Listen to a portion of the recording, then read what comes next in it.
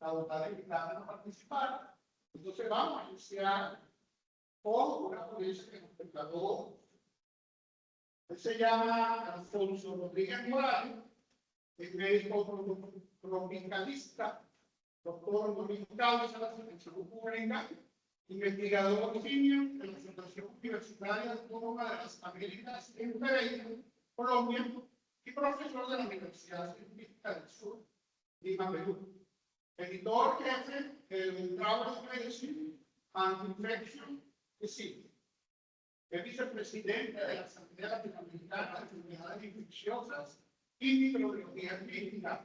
También presidente entre el año 23 y 25 de la Sociedad Latinoamericana de Medicina de Inglaterra, miembro del Consejo Consultivo de Intervención. Fue presidente de la Asociación Colombiana de Enfermería, líder de la medicina tropical, zoonótica y medicina de Inglaterra. Y es miembro coordinador del Comité de Enfermedades Tropicales de la Asociación Americana de Enfermería. También es miembro de la International Society of Travel Medicine y el Membership Committee, es miembro del Comité de dicha organización. Miembro del Grupo de Estudio de Infección Sanitaria Comunitaria. El profesor Morales ha tenido la diferencia de compartir con nosotros parte de lo que cada agenda nos hizo fácil, y por esa razón es que vamos a capturar con su disertación acerca de cómo se consigue la fiebre amarilla y Latinoamérica. Y bueno, vamos a escuchar con atención. Profesor, tiene la palabra.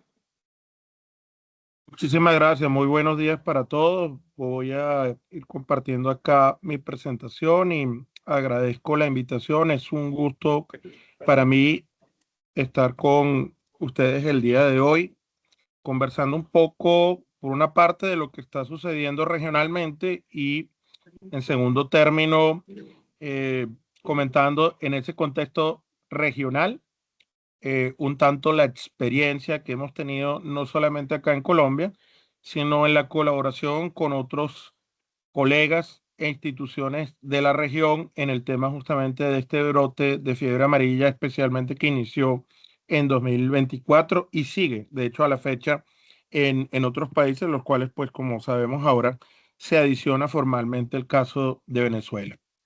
Bueno, cuando uno habla de fiebre amarilla, y muy rápidamente para irnos ubicando un poco en el contexto también de las arbovirosis. Cuando hablamos de la fiebre amarilla, hablamos de un contexto en el que tenemos que tener presente y recordar que la fiebre amarilla es un arbovirus de larga data, es un arbovirus que hace parte del grupo de los flavivirus, que probablemente llega al continente hace muchos siglos, aproximadamente en 1648, y que en este grupo tenemos otros arbovirus que son muy importantes, muy conocidos y que también causan problemas a la salud pública, no solo latinoamericana, sino global, como el caso del dengue, el caso del Zika, que de hecho están en otras regiones, pero además en el contexto en el que tenemos otros problemas, como el caso de alfavirus, mayaro, chikungunya, el caso de las encefalitis equinas, que siguen teniendo importancia,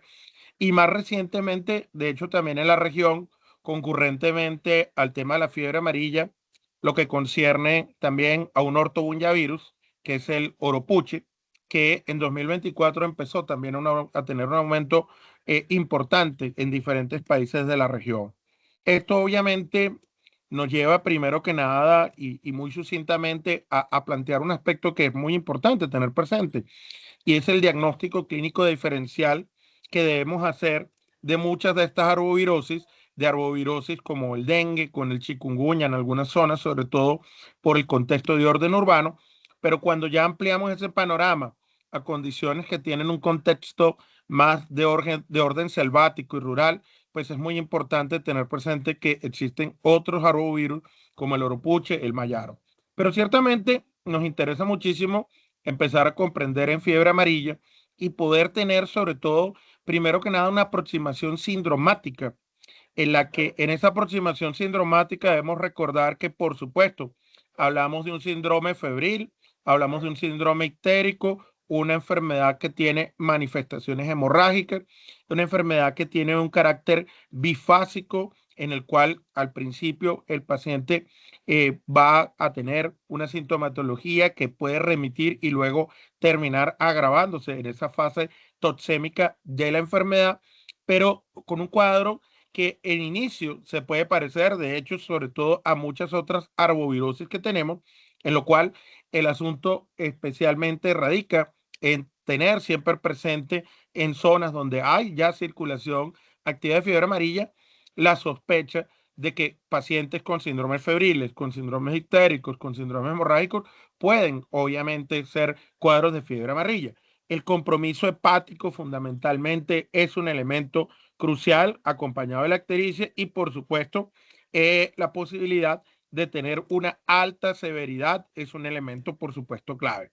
Pero el hecho de que haya cocirculación de otras arbovirosis nos pone en preocupación, pero hay que hacer unas diferencias importantes porque en realidad de las otras arbovirosis que tenemos fuera de fiebre amarilla, la que nos suele preocupar mucho es el dengue, porque tenemos dengue no solamente sin o con signos de alarma, sino que tenemos dengue grave que puede conllevar a desenlaces fatales en el paciente, en tanto que, por ejemplo, la emergencia de otras arbovirosis recientemente, como el caso de Oropuche, pues tienen unas implicaciones un tanto distintas. Está en estudio actualmente, pero la letalidad que tiene esta enfermedad hasta el momento es muy baja. De hecho, antes del brote del 2024 no se habían reportado muertes.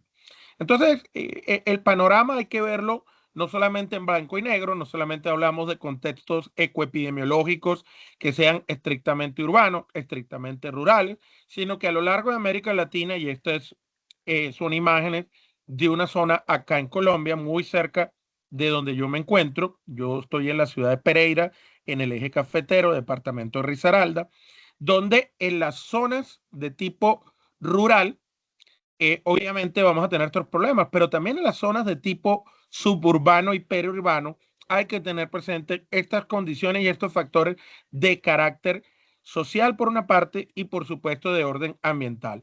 Las arbovirosis además sabemos que están fuertemente influenciadas por los aspectos de carácter ambiental y es un elemento que, sobre todo para el caso del dengue, en las evaluaciones, por ejemplo, que hace el panel intergubernamental de cambio climático, han quedado claramente establecidas.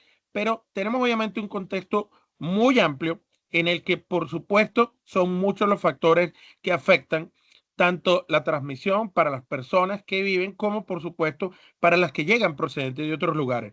Y es por este último punto que también desde la perspectiva de medicina del viajero, es muy importante llamar la atención a que tenemos no solamente unas implicaciones de orden local o de orden nacional, sino que la presencia, la circulación activa en los diferentes países de la fiebre amarilla como de otras condiciones va a tener también implicaciones para las personas que van a venir por diferentes motivos.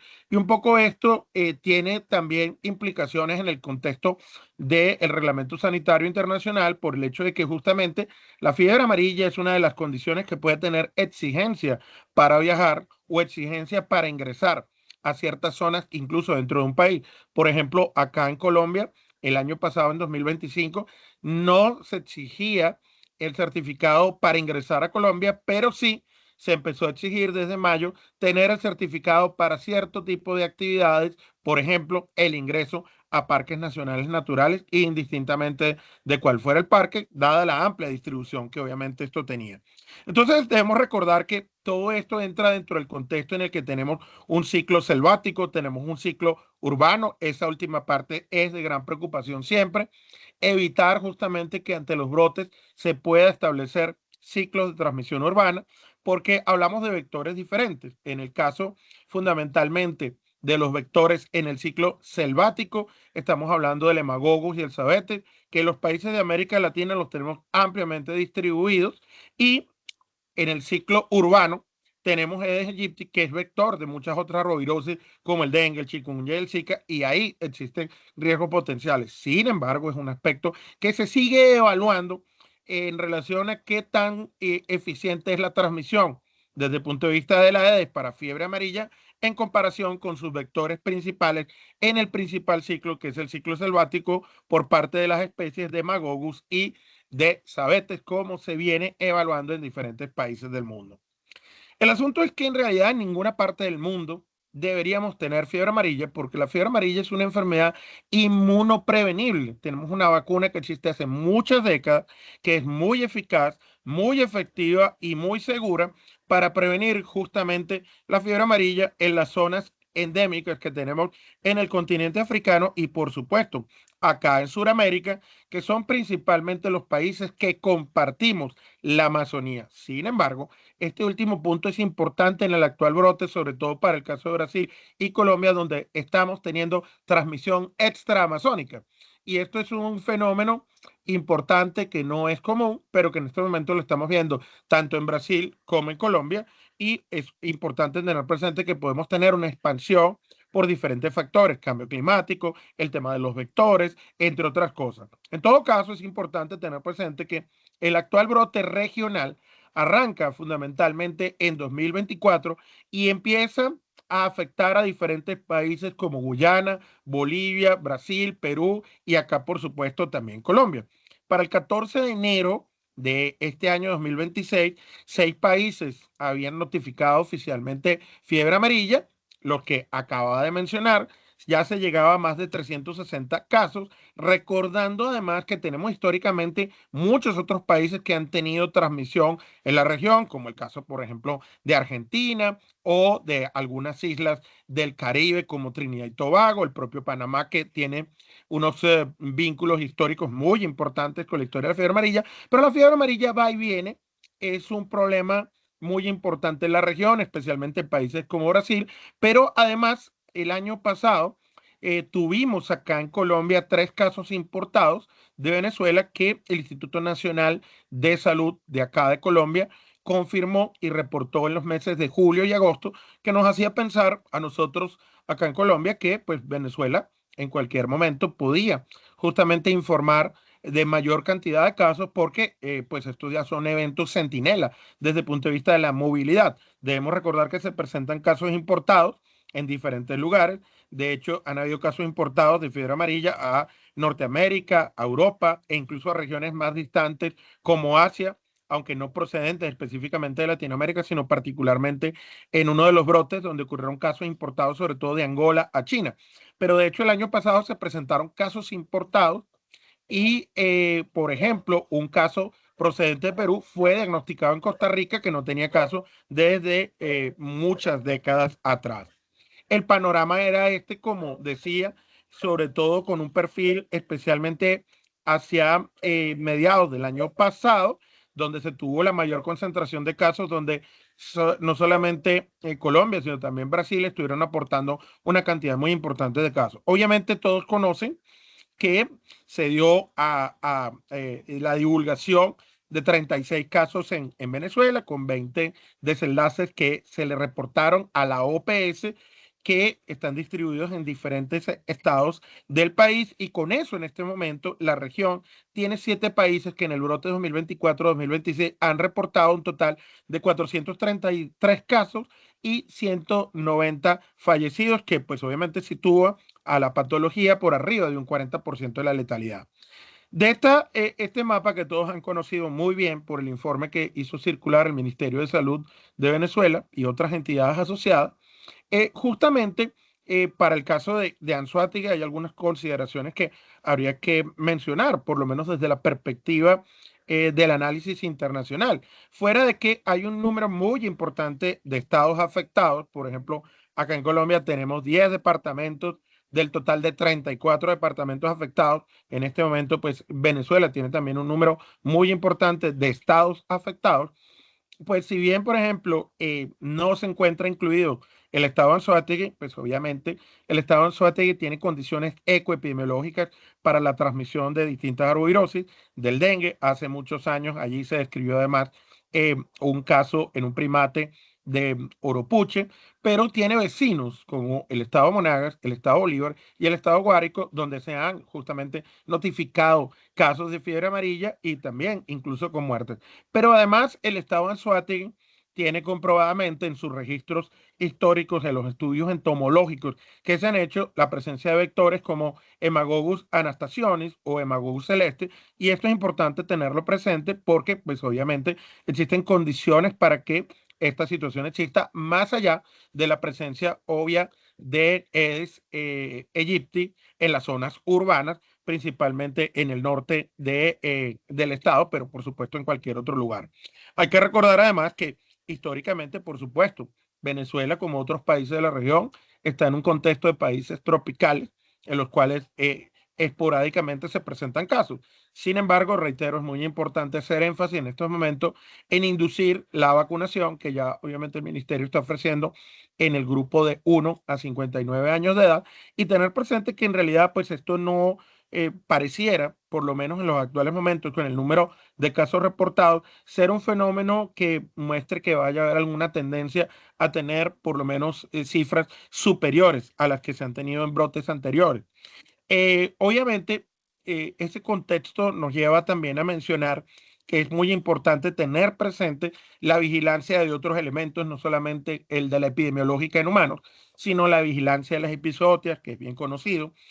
Obviamente, estar muy atentos con las coberturas de vacunación, en este caso no solamente del orden nacional, sino ver esto justamente a todos los niveles de resolución, por ejemplo, como es las coberturas de vacunación a nivel del Estado, a nivel obviamente de las diferentes localidades, sobre todo las zonas de más riesgo, las zonas donde ya se ha detectado la circulación previa de el vector. Obviamente hacer un énfasis importante en el tema del control vectorial, sobre todo en zonas urbanas, para disminuir el riesgo potencial de transmisión urbana por especies de Aedes aegypti. Debemos recordar, por ejemplo, que en el año 2008 se dio un brote muy importante de fiebre amarilla urbana en Paraguay.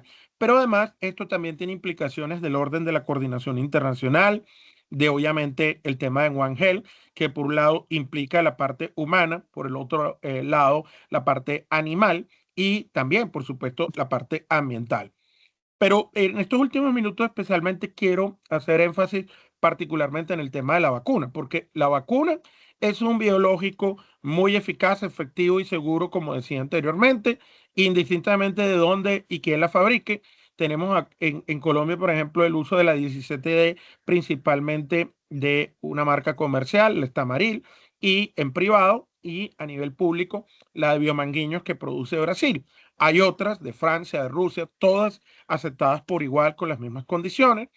Obviamente es importante hablar de algunos aspectos como el perfil de seguridad de la vacuna.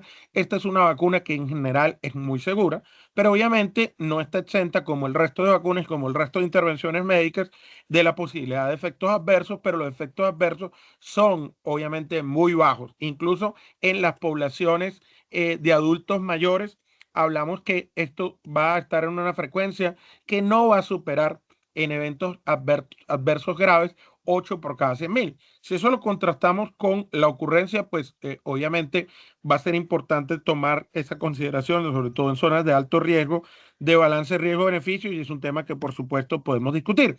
Pero es importante tener presente que cuando nosotros hablamos de eventos adversos, pues obviamente el número de eventos adversos que se reportan con fiebre amarilla, sobre todo del orden de severidad, realmente son muy, muy, muy infrecuentes. Y eso nos abre un panorama importante para tener presente que esta no es cualquier vacuna de virus vivo atenuado. A veces se habla de forma genérica y decir, bueno, es que la vacuna de fiebre amarilla es una vacuna de virus vivo atenuado. Eso es cierto, pero es una vacuna que, pese a ser una vacuna de virus vivo atenuado, tiene unas características desde el punto de vista de su perfil y sobre todo de conocer en la seguridad de uso de vida real, pues que es una vacuna que la podemos usar en contextos en los cuales probablemente no lo haríamos con otras vacunas de virus vivos atenuados.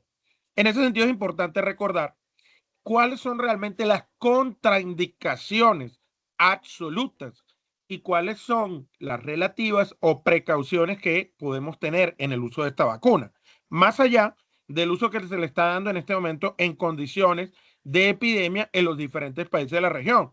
Por ejemplo, no se puede usar en menores de 6 meses de edad, no se debe usar en personas con alergia al componente de la vacuna.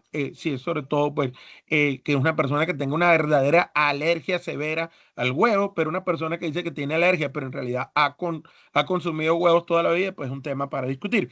Inmunosupresión, VIH, lo hablamos mucho. Cuando el paciente está realmente inmunosuprimido, es decir, que tenga contagios de menos de 200 CD4, ahí estaría contraindicada. Igual en inmunodeficiencias primarias, personas que están bajo terapias inmunosupresoras, biológicos, inmunomoduladores, neoplasias malignas, problemas del timo, incluyendo, por ejemplo, el caso de niños que han sido sometidos a cirugías cardíacas donde generalmente se hace remoción intencional o no intencional del timo y no queda obviamente el timo. Ahí está contraindicado en personas que van a trasplante. Pues estas son condiciones, por ser justamente una vacuna de virus vivo atenuado, que hay un riesgo de que se pueda desarrollar enfermedad vacunal. Y obviamente evitamos en este grupo particular administrar la vacuna. Pero hay que tener cuidado con el hecho de las precauciones, porque son escenarios en los que sí lo podríamos utilizar bajo consideraciones médicas y bajo la evaluación riesgo-beneficio. Por ejemplo, se podría usar incluso desde los 6 meses de edad. Actualmente en muchos países de la región se está usando desde los 9 meses, pero está bien usarla desde el año de edad, porque de hecho es lo que regularmente en muchos programas de inmunizaciones está incluido en la cobertura universal en zonas endémicas. El tema de la edad superior a 60 años, pues no voy a entrar tanto en este detalle porque justamente no está en la indicación en este momento en Venezuela, pero de hecho acá en Colombia se está vacunando a población adulta mayor en zonas de riesgo porque hemos tenido un impacto muy importante en estas poblaciones. Mujeres que están amamantando, personas que tienen de nuevo VIH, pero que estén por arriba de 200, de nuevo ahí cambia el escenario. Podríamos vacunarlo y hacer obviamente la evaluación riesgo-beneficio. Si tiene más de 500, pues es como si fuera una persona, entre comillas, normal. Se puede vacunar, no está inmunosuprimido. Y en el embarazo, también, el embarazo no es una contraindicación absoluta. Y si una mujer está en una zona de riesgo, pues nadie quiere tener que manejar una embarazada que tenga fiebre amarilla. Es un tema bien complicado. Y en el caso acá de Colombia, se está vacunando embarazadas desde las 12 semanas de la estación, luego de un consenso realizado con la Organización Panamericana de la Salud para emitir acá la resolución que dio lugar el año pasado a que empezáramos a vacunar a las gestantes a partir de la semana 12 de la gestación. Bueno, solamente quiero comentar brevemente sobre adulto mayor un detalle adicional, porque justamente en América Latina, en otros países, y este análisis por casualidad acaba de salir el día de ayer publicado, donde analizamos las tasas de letalidad en el adulto mayor en Colombia, Brasil y Perú. Y si ustedes observan aquí, en el conglomerado final de los tres países, cuando comparamos la letalidad en menores de 60, que fue un 29,4%, versus la letalidad en mayores de 60 años de edad, un 65%, esto nos da una razón de 2 veces más letalidad en el adulto mayor que obviamente en el adulto o en la población menor de 60 años de edad. Obviamente esto nos muestra un impacto muy importante de tasas de letalidad aún mayores en el adulto mayor, que si va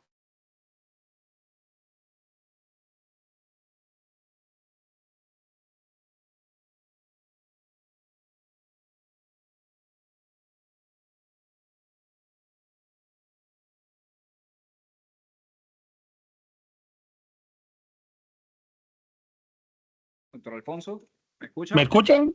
Sí, sí, Sí. lo escuchamos. ¿Están viendo la presentación? Sí, sí. Perfecto, no, es que hizo como un corte de repente la conexión. Bueno, sigo, ya voy a ir terminando. Y decía yo entonces que pues esto tiene un impacto en el que la vacunación tiene miles de veces más beneficio cuando obviamente hay exposición y hay riesgo, es decir, no una persona que va a estar, por ejemplo, en una zona donde no tiene obviamente riesgo, ¿no?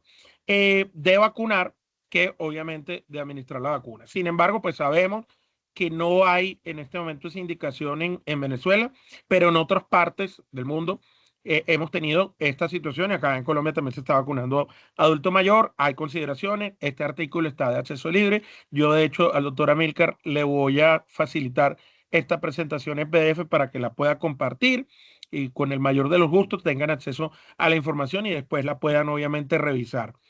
En embarazada pudiéramos hacer las mismas consideraciones. Hay muchos estudios de seguridad que han obviamente planteado esto. Hay metaanálisis. Lo que sí hay que tener cuidado para algunas de estas poblaciones es que el tema de la seroconversión no es igual y esto puede ameritar, de hecho, temas de las implicaciones que tiene a largo plazo. Sabemos que la recomendación en general de la OMS es una dosis de por vida porque, de hecho, tenemos una protección duradera en la mayoría de los casos. Pero hay muchos estudios, como esta revisión sistemática de mi buen amigo el doctor Martin Gross en los Países Bajos, que demuestran que tenemos obviamente situaciones como puede ser el caso, por ejemplo, de poblaciones inmunosuprimidas, personas con VIH, donde esa protección no necesariamente va a ser a largo plazo y puede ameritar justamente el tema de los refuerzos, un tema que se ha revisado en muchos países y hay que tener presente. De hecho, Brasil en su esquema nacional tiene una dosis inicial a los 9 meses en niños que viven en zonas de riesgo y luego un refuerzo en esas mismas zonas a los 4 años de edad. Bueno, obviamente las coberturas de vacunación es un problema que definitivamente debemos mejorar en todos los países de la región. Vean que esto no es exclusivamente en un país, sino que todos los países de la región han tenido problemas. El tema del COVID afectó también, pero en general es un trabajo muy importante. Debemos obviamente recordar que en algunos países, acá en Colombia, se incluyó en la cobertura universal y de todas maneras tenemos problemas porque si vemos ciertas zonas donde las coberturas no sean las óptimas, vamos a tener obviamente problemas, vamos a tener casos y podemos obviamente, lamentablemente, tener reemergencia.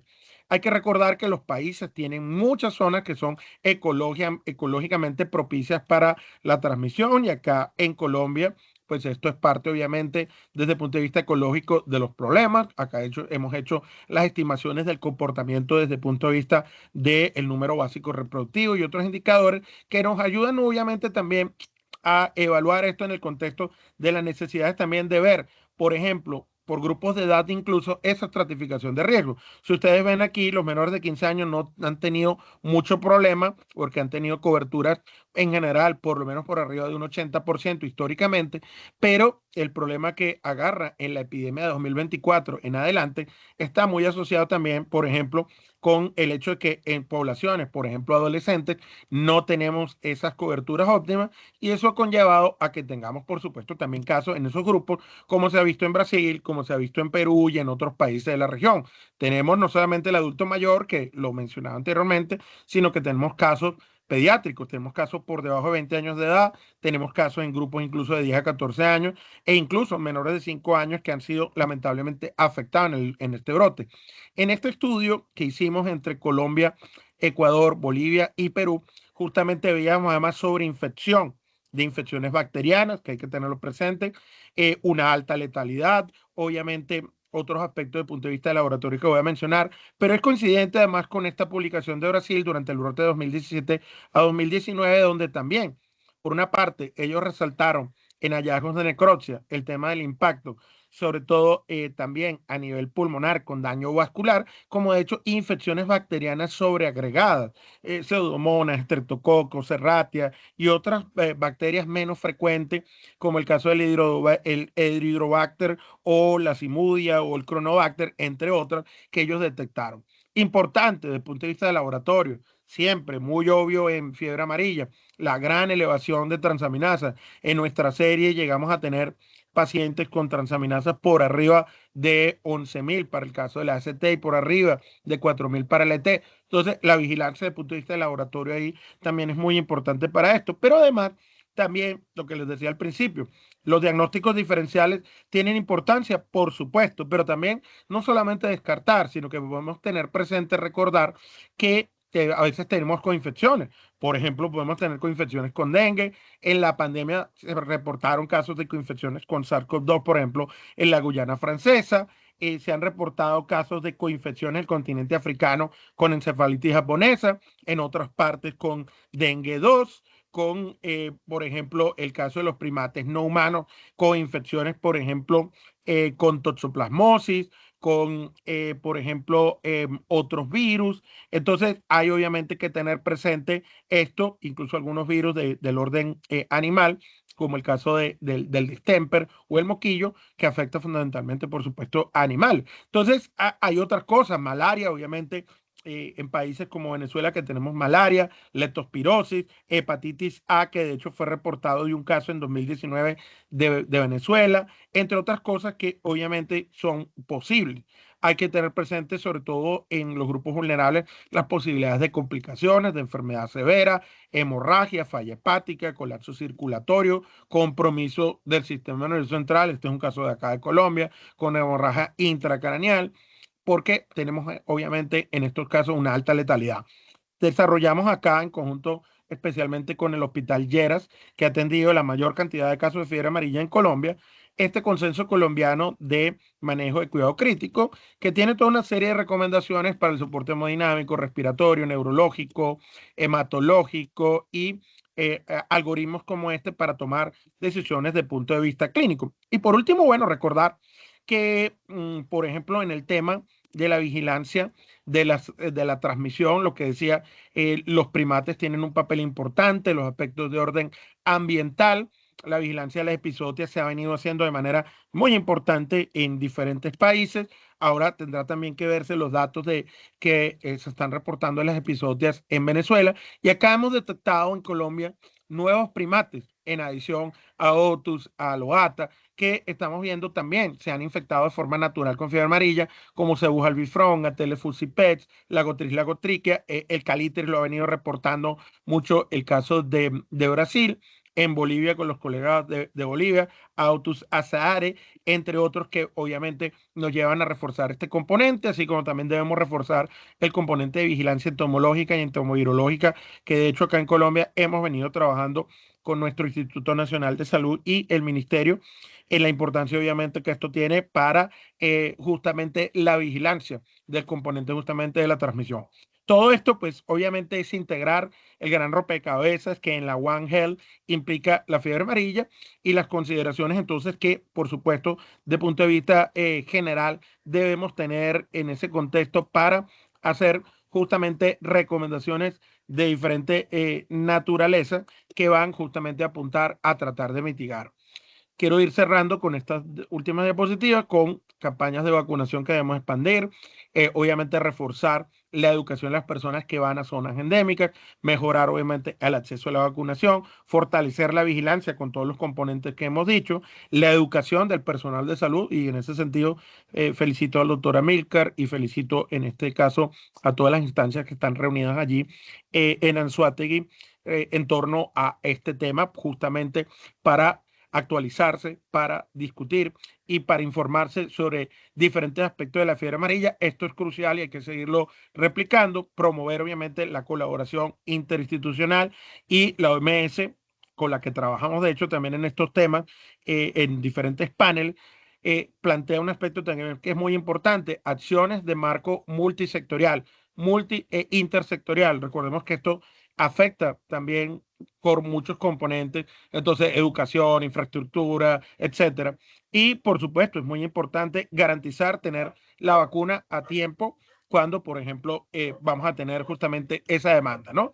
Entonces, esto lo integra aquí en esta publicación, todos estos componentes prioritarios de la vigilancia, vacunación, control vectorial, las regulaciones del orden internacional. Entonces, ¿qué podemos concluir de todo esto? Bueno, estamos en un panorama de emergencia y reemergencia en diferentes países de la región. Hay que vigilar muy bien el comportamiento epidemiológico, obviamente lo más cercano posible. Por ejemplo, acá en Colombia tenemos notificación y actualización diaria de los casos desde que empezó la epidemia en 2024. Sabemos que la vacunación y las coberturas bajas han sido un aspecto especialmente importante. Hay que trabajar sobre todo en las zonas más prioritarias. La movilidad es un factor que puede afectar. Hay que tener presente la expansión de los vectores competentes. Hay que evaluar también esto. El cambio climático sin duda contribuye a esto. Eso hay que evaluarlo. Debemos, obviamente, cerrar las brechas de vigilancia y de preparación, educación, tener presente las implicaciones a viajeros, no solamente internacionales, sino también nacionales, porque evidentemente se requiere evitar que estas poblaciones también, que no viven en zonas endémicas, estén no solamente vacunados, sino que debemos recordar también la importancia de hacer énfasis y más aún en aquellas poblaciones que no vamos a poder vacunar, por ejemplo, menores de 1 año de edad, mayores de 60 años de edad, personas que tienen inmunocompromiso y que viven en esta zona de riesgo, también de las otras medidas de prevención para reducir el riesgo, medidas de prevención del contacto con mosquitos, repelentes, mallas, mosquiteros, etcétera, para obviamente contribuir de forma integral a todo el tema desde el punto de vista de la reducción de la exposición a los vectores.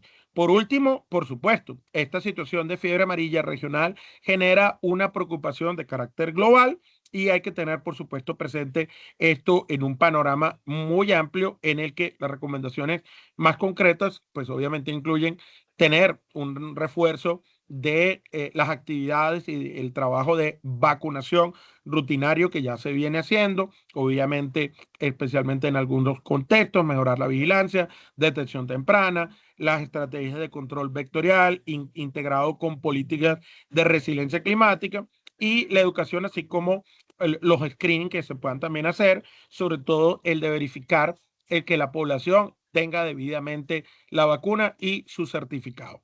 Bueno, quedo, por supuesto, a la orden de cualquier pregunta y por su atención, muchísimas gracias.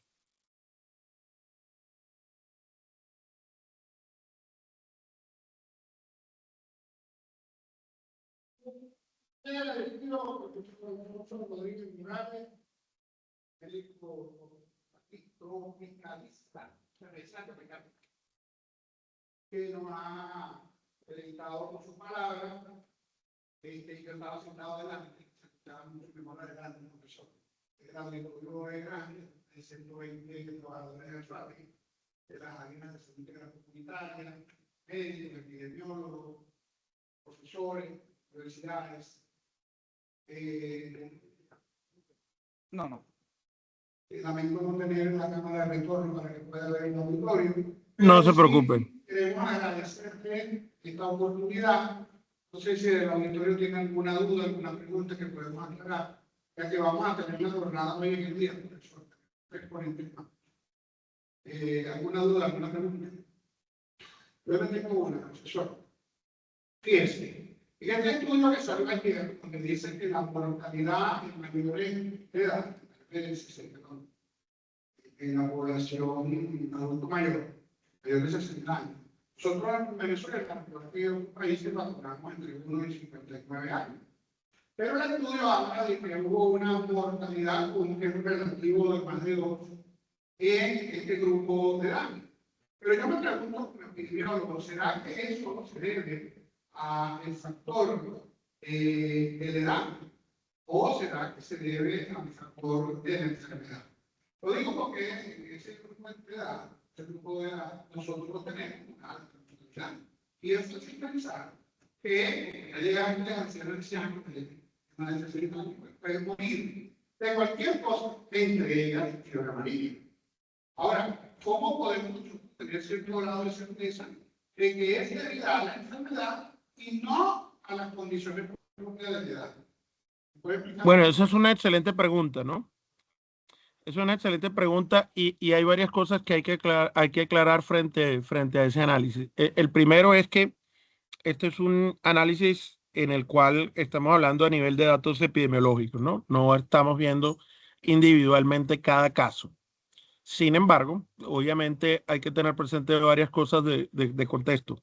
Primero que nada, pues sabemos que el adulto mayor tiene una vulnerabilidad mayor a diferentes enfermedades infecciosas, incluidas algunas tropicales, que obviamente puede estar influyendo y en el artículo está ampliamente discutido el asunto de las posibles implicaciones que tienen las comorbilidades. De hecho, actualmente en dengue lo estamos analizando, se han venido haciendo algunos estudios y sabemos, por ejemplo, que comorbilidades como el tema de la hipertensión arterial, la diabetes, la enfermedad renal, la enfermedad pulmonar obstructiva crónica, entre otras cosas, incrementa. De hecho, el riesgo de tener dengue grave, incrementa el riesgo de ingreso a UCI e incrementa también el riesgo de desenlaces fatales. Hay un estudio que se publicó hace ya algunos años de Brasil, Colombia y México, donde se muestra claramente este aspecto del incremento del riesgo con estos desenlaces. En el caso de fiebre amarilla, no está evaluado detalladamente, pese a que es fiebre amarilla una enfermedad tan antigua, no es una enfermedad que tenga todas las respuestas todavía a mano. Y hay algunos pocos estudios en Brasil, sobre todo que se han publicado, están citados en esta publicación, en los cuales sí se ha encontrado ya en estudios de tipo longitudinal que el adulto mayor tiene como factor de riesgo independiente una mayor probabilidad de tener complicaciones y de hecho de tener desenlaces fatales asociados con la fiebre amarilla, lo cual pues va y apunta en la misma dirección. El problema es que indistintamente de el factor que sea subyacente a lo que estamos diciendo y que sea de forma atribuible, directa o no directamente a la enfermedad, fiebre amarilla es una enfermedad que en su fase tóxica tiene una alta letalidad, que es muy grave, que es multisistémica, podemos tener un compromiso en diferentes órganos y sistemas, incluso neurológico, cardíaco, etcétera.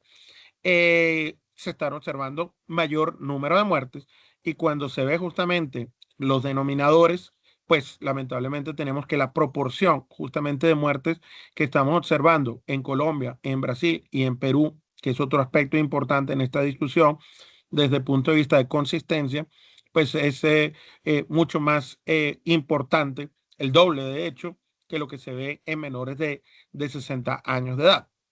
Indistintamente de ese aspecto, pues obviamente no queremos que ocurran muertes en ningún grupo de edad. Idealmente, ojalá estas personas adultas mayores hubiesen llegado antes de los 60 años a estar vacunadas, pero justamente, y un poco en esta dirección va también este análisis, hay que tener presente que los países en los cuales está autorizado el uso de la vacuna bajo precaución en mayores de 60 años de edad, pues es un tema que hay que tenerlo presente porque sí tenemos adultos por arriba de 60 años de edad que se han infectado y que lamentablemente, pues como mostraba la data, han tenido una letalidad mucho mayor que el de los menores de 60 años de edad. La doctora María Arana es la directora de un establecimiento de mediana complejidad. Ante todo, buenos días, muchas gracias. Pregunta lo siguiente. Si tenemos pacientes entre los 58 adultos mayores con antecedentes de hipertensión y diabetes medianamente compensado y con antecedentes de fibrosis pulmonar, es recomendable colocar la vacuna. O sea, en este tipo de pacientes que tienen ese bloqueo pulmonar, que son hipertensos, son diabéticos, que han llegado a la institución y me preguntan, doctora, yo tengo antecedentes de fibrosis pulmonar. ¿Es recomendable en mi caso colocar la vacuna? Sí, es muy importante la pregunta. Muy, muy importante. Aclaro, si la condición no es una condición inmunosupresora, no contraindica el uso de la vacuna. Es decir, indistintamente del tema de la edad. Obviamente, cuando tenemos adultos mayores de 60, vamos a tener más cuidado con otras condiciones que pueden tener implicaciones desde el punto de vista de contraindicación. Pero en general, y también para tenerlo presente, en un adulto en general, personas que tienen hipertensión, personas que tienen diabetes, que tengan enfermedad pulmonar obstructiva crónica, que tengan obesidad, no son contraindicaciones. Por el contrario, serían poblaciones que es muy importante que vacunemos porque son poblaciones que en general, al tener comorbilidades, si se llegan a infectar de fiebre amarilla, podrían de hecho tener un riesgo incrementado de tener enfermedad grave, severa, complicada que pueda terminar en un desenlace fatal. Entonces, ninguna de estas condiciones, ninguna de estas comorbilidades está per se incluida en ninguna parte del mundo como una contraindicación para el uso de la vacuna de fiebre amarilla, más allá del tema de la edad. Lo que sí tienes que tener presente, obviamente, y como lo expliqué muy bien en la presentación, es cuando tengamos condiciones inmunosupresoras. Si tienen un paciente con VIH de menos de 200 CD4, si tienen un paciente trasplantado, un paciente que tenga cualquier otro tipo de inmunodeficiencia, por ejemplo, primaria, que tenga, por ejemplo, una enfermedad autoinmune con actividad activa en este momento de la inmunosupresión, por ejemplo, un paciente con un lupus eritematoso, que estén, por ejemplo, con esteroides, que estén, obviamente, con terapias biológicas, inmunosupresoras, metrotexate, inmunomoduladores, etcétera. Esos pacientes sí, hay que tener muchísimo cuidado, va a estar contraindicado totalmente el uso de la vacuna mientras estén bajo la inmunosupresión grave.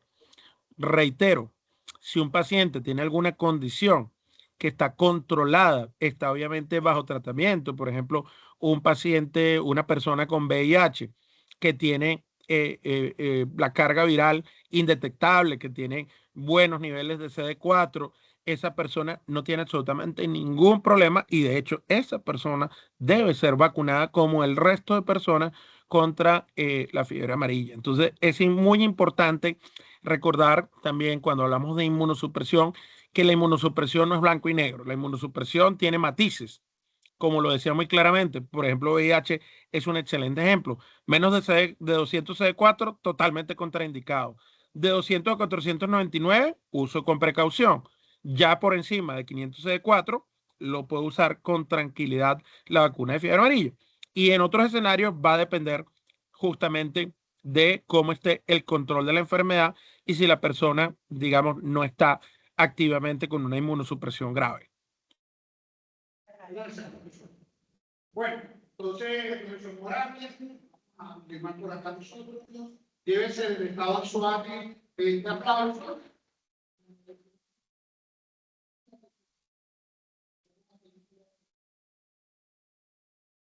Le perdí el audio, no lo escucho. Yo me lo bendiga. Muchas gracias y siempre a la orden. Saludos a todos por allá y quedo a la orden vía WhatsApp. Cualquier consulta, cualquier inquietud, siempre a la orden. Feliz día para todos y que siga muy bien la jornada.